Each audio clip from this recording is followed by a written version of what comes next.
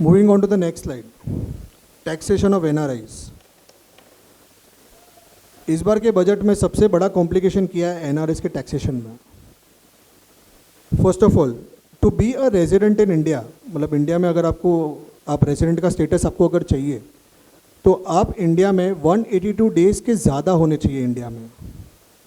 वो रूल निकाल के इन्होंने क्या कर दिया है, 182 डेज़ को 120 डेज़ कर दिया है कि अगर आप इंडिया में 120 डेज़ से ज़्यादा हो, कोई भी इंडियन सिटीज़न, कोई भी इंडियन ओरिजिन का जो भी आदमी रहेगा, समझो यूएस सिटीज़न रहेगा लेकिन है ऑफ इंडियन ओरिजिन, अगर वो भी इंडिया में 120 दिन से ज़्यादा है तो वो इंडिया का रेजिडेंट बन जाएगा। और दूसरा क्लॉज उन्होंने नया ये डाला कि सपोज़ बहुत सारे जैसे कि डायमंड बिजनेस है, अभी डायमंड बिजनेस वाले 40 दिन हांगकांग रहते हैं, 50 दिन दुबई रहते हैं, 70 दिन ऑनटॉप रहते हैं, 40-50 दिन इंडिया में रहते हैं।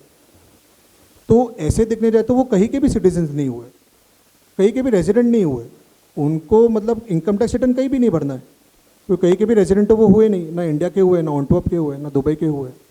तो अगर ऐसे केसेस में जो भी व्यक्ति कहीं का भी जो इनकम टैक्स रिटर्न नहीं भरेगा उसको इंडिया में इनकम टैक्स रिटर्न भरना पड़ेगा। अभी नेक्स्ट सवाल ये आता है आपका कि अगर उसने जो पैसा दुबई में कमाया या ऑनटॉप में कमाया, क्या वो इनकम भी टैक्सेबल होगी इंडिया में? उसका भी आपको टेस्ट लेना पड़ेगा। अगर आप रेजिडेंट के बाद में और दो सेक्शंस होते हैं, एक होता है ऑर्डिनरी रेजिडेंट और एक होता है नॉट ऑर्डिनरी रेजिडेंट। अगर आप नॉट ऑर्डिनरी रेजिडेंट हो तो आपको ग्लोबल इनकम टैक्सेबल नहीं है, मतलब आपके ऑनटॉप का इनकम, आपके दुबई का इनकम वो टैक्सेबल इंडिया में नहीं होगा। लेकिन अगर आप ऑर्डिनरी रेजिडेंट हो तो आपको ग्लोबल इनकम टैक्सेबल है।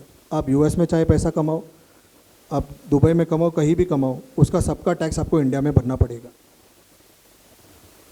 अभी वो RNOR हम देखेंगे कैसे कि वो आदमी है कैसे। अगर पिछले 10 सालों में कोई भी 7 साल में कोई भी एक व्यक्ति जो नॉन रेजिडेंट रहा हो, उसके पास नॉन रेजिडेंट का स्टेटस है, तो वो हो जाता है नॉट ऑर्डिनरी रेजिडेंट, तो उसका ग्लोबल इनकम टैक्सेबल नहीं होगा।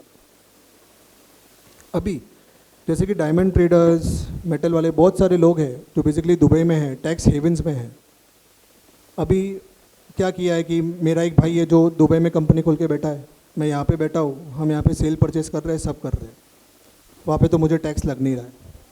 तो गवर्नमेंट ने अभी वहाँ पे टैक्स लग नहीं रहा है, तो मैं बेसिकली जो मेरा भाई है वो भी अभी इंडिया का सिटीज़न हो गया, इंडिया का रेजिडेंट हो गया, तो उसको बाद में इधर इनकम टैक्स भरना पड़ेगा।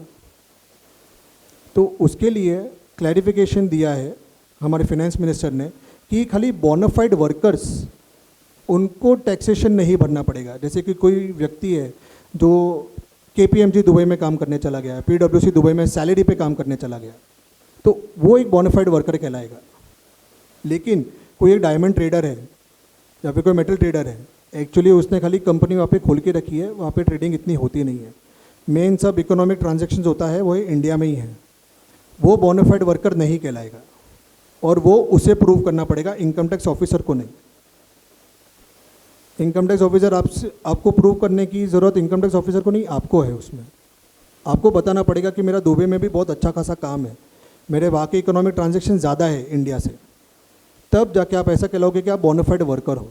अगर आप वो नहीं कहलाओगे तो आपकी दुबई की इनकम भी यहाँ पे टैक्सेबल हो जाएगी।